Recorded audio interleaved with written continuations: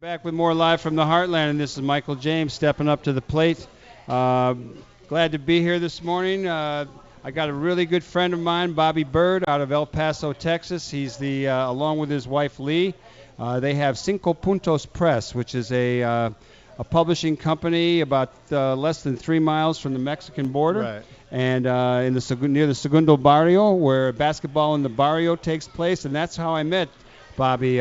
Russ Bradford, who's been a frequent visitor on this show, invited me to come down, and I met Bobby and got to visit their store and the press and their offices, and I've been very impressed with the books they put out. It's about border culture, and I'm very honored to have had some of my photographs published in one of your books, Bobby. Right, And thank yeah. you. So good morning to you, and how are you? Oh, Michael, it's great to be here and great to be in the Heartland Cafe. This is it's sort of an amazing place because it feels like home.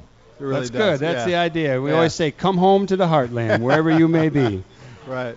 Well, tell me a little bit about yourself, how you ended up being not only a poet, but a writer and a publisher. How did that all come to Well, be? Lee is a novelist and I'm a poet, and we were not making very much money. We were technical writers in El Paso, and we were not happy at all. And we decided to start to become publishers. We couldn't do anything else. So I tell people, when I became a poet, I shot myself in the right foot. And when I became a publisher, I shot myself in the left foot. But actually, Cinco Puntos does pretty well. We're able to support ourselves, and we have a nice storefront in El Paso. And Cinco Puntos is able to survive because it exists in El Paso. Because El Paso, being on the U.S.-Mexico border, has a perspective about the United States that is unique. It's very Mexican. It's very Mexican-American. And because of that, we publish books that are in need all over the United States.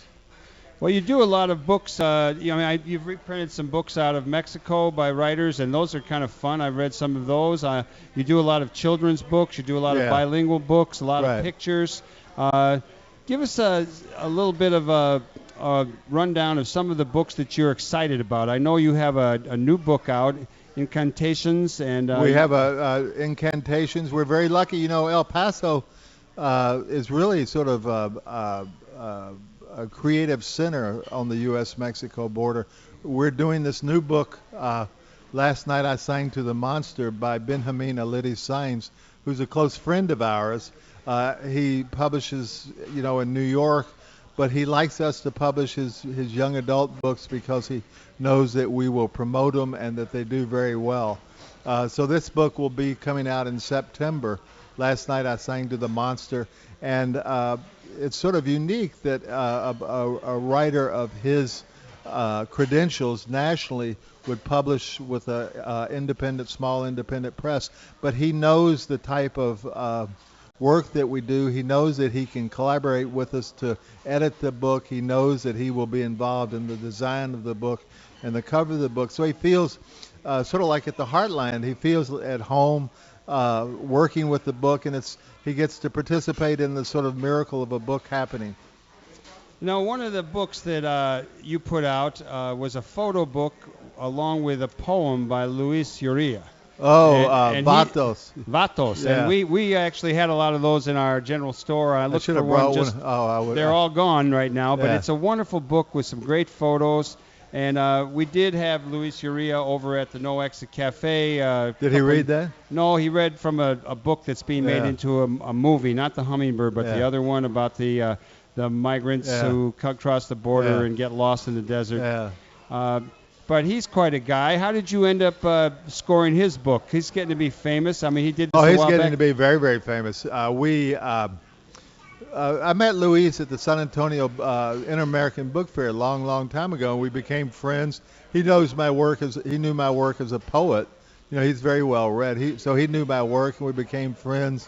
And over the years, publishing is talking to people, and when you become friends, you become friends. So we did a few books with him, and actually we're going to do a new book with him. We did this collection of short stories called Six Kinds of Sky. We were taking the first story out of that book and making it into a graphic novel for young adults. I have a card Well, I can't show that on the radio, but well, here. we got it. We'll put it up. We'll shoot it later for the video version. And while I'm at it, let me say, for all of you people who have missed previous editions of Live from the Heartland Radio, you can actually go to youtube.com/Heartland Media. That's one word, Heartland Media. youtube.com/Heartland Media, and you can find all kind of interviews that we've done. Oh, so we're being videoed. Yeah, you right? are being videotaped right now. Okay, so we've got this little this book coming out. It's a graphic novel by Luis Uria. It's called Mr. Mendoza's Paintbrush. Now you have to practice. It's practice Urea. I could never roll my R's.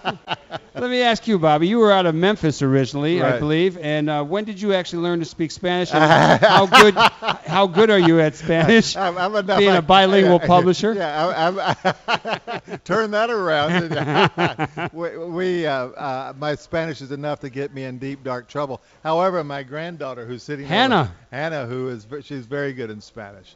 She plays the cello and she does flamenco dancing. I've seen her dance she's an 8th grader now in El Paso. Her mom is a city councilwoman. Her dad is a teacher whose father actually coached the rival football team of mine in high school. That's right. Yeah, his dad coached at, your grandpa Hannah coached at Darien High School, and I played at Staples in another town. So we played against your gramps. Great. Yeah, that's something. I wanted to ask you about your wife, Lee, because she had a book out, and I don't know the name. I'm sorry. I should be a little better prepared. It's called Riley's Fire. You want to tell us a little bit about that Riley's Fire, our 2 sons, Johnny and Andy, were burned really seriously, tragically, and when they were both 5 and 7. And she took notes. It was a long, long rehabilitation, and she took notes of all that. Anyway, this is a story of a boy that she invented from that experience. It's not either one of the 2 boys, but it's the story of the fire as a transformation and not as something tragic. In other words, it becomes almost a spiritual journey for this little boy who decided he wanted to be somebody else. And that was not published by you? No, that was published by Algonquin. Lee was very. She wanted to have a national publisher publish that for her own sense of self, I think. Well, that's so good. Algonquin, and I forget the lady's name. Algonquin published it, and the lady, who's a friend of ours, is one of the best editors in the United States. She's very good. I can't remember her name. That's embarrassing.